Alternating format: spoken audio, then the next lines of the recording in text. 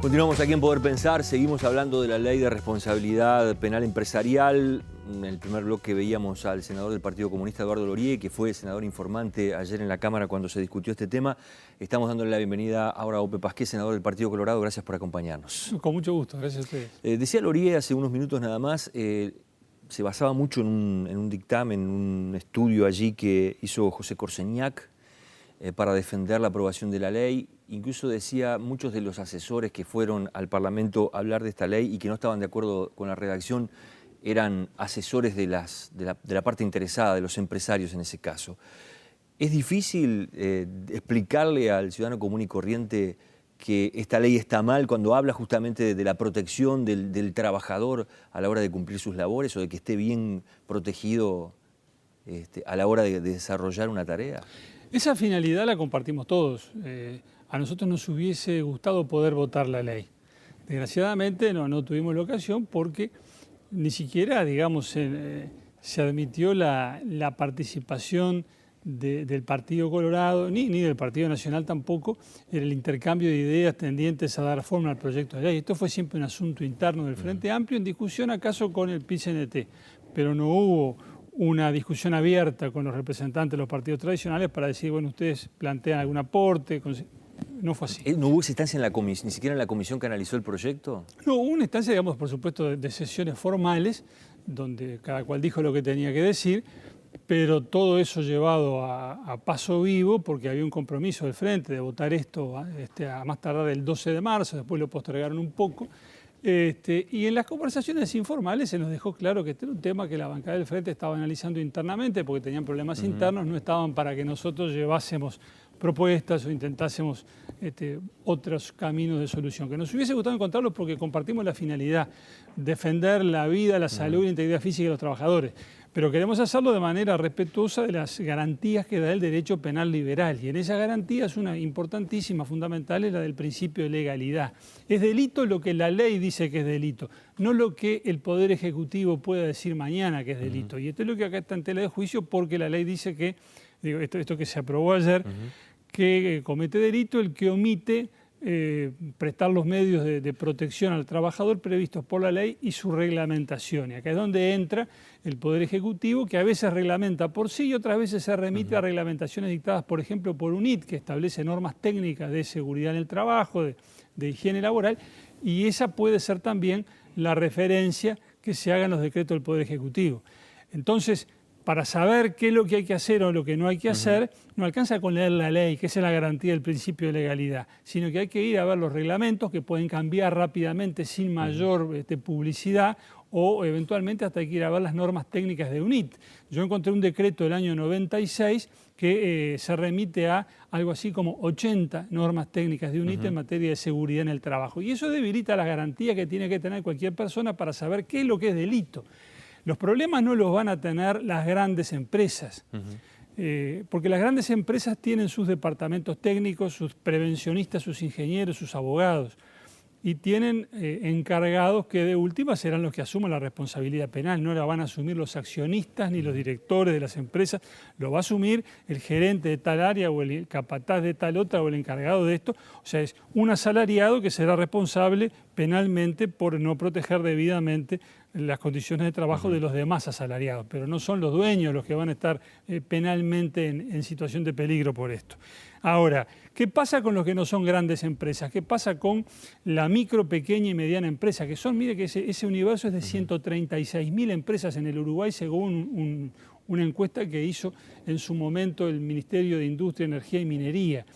Y hay, bueno, microempresarios que son los que tienen hasta 4 empleados, después medianos y pequeños y medianos, y esa gente, bueno, trabaja muchas veces a la par de sus subalternos, de sus empleados, no tiene muchas veces mejor formación cultural que sus empleados y no está leyendo todos los días a ver cuál es la normativa aplicable para el trabajo que él realiza. Entonces, esa gente puede encontrarse un día con que está incumpliendo normas que no conoce, porque no leyó el diario oficial, no vio cuál es el decreto del Poder Ejecutivo, no sabe si cambiaron la norma, si salió una nueva norma UNIT.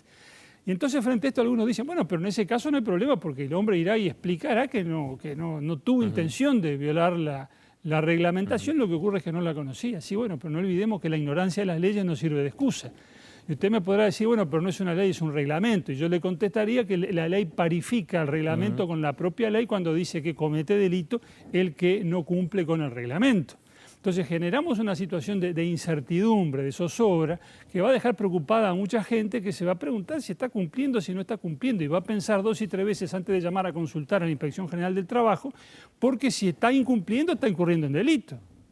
No por el solo incumplimiento, es el incumplimiento más el peligro grave para la vida, la salud, la integridad física del trabajador, pero la noción de peligro la va a apreciar discrecionalmente el juez, que algún juez dirá esto es peligroso y el otro dirá a mí no me parece tan peligroso, y entramos en una zona gris cuando la responsabilidad tiene que ser, la responsabilidad penal debe ser una zona de blancos y negros, donde uno sepa bien clarito, si hago esto cometo delito, si no hago esto evito el delito. Bien, permítame, Juan Razo Delgado, que es grado 5 en Derecho del Trabajo, hoy aparece una opinión de él en el diario El Observador y me gustaría leerle allí un pasaje de lo que se publica. Dice, es una ley que va a obligar a extremar precauciones porque está en juego la vida humana y aunque es perfectible, es mejor tener esta ley que no tener nada. Y es un especialista que lo está diciendo.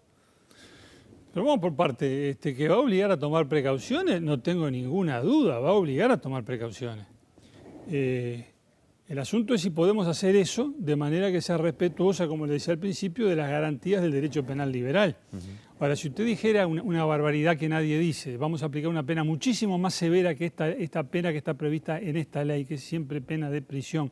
La pena es moderada, acá no ha habido excesos punitivos, la pena es moderada. Pero supóngase, si en vez de eso hubiésemos dicho, bueno, será de un mínimo de 15 años de penitenciaría y máximo de 30, bueno, más precauciones se van a tomar todavía porque nadie va a arriesgar una condena de ese tipo. El asunto es, corresponde hacerlo así, el Estado de Derecho no requiere mayores garantías. Entonces nos planteamos la cuestión desde el otro lado. Bueno, pero ¿es posible dar más garantías y al mismo tiempo proteger la salud de los trabajadores? Y yo creo que sí, que hubiese sido perfectamente posible hacerlo. Hay varias maneras, pero sin entrar en detalles, porque me temo que en cualquier momento nos diga que se termina el tiempo. Digo, ¿cuál es la gran herramienta institucional que el país tiene? La Inspección General del Trabajo. La semilla de eso la creó hace 100 años Valle Ordóñez con la Oficina Nacional del Trabajo que se creó hace el 21 de julio hace aproximadamente 100 años. El 21 de julio es la fecha de la primera ley de accidente de trabajo.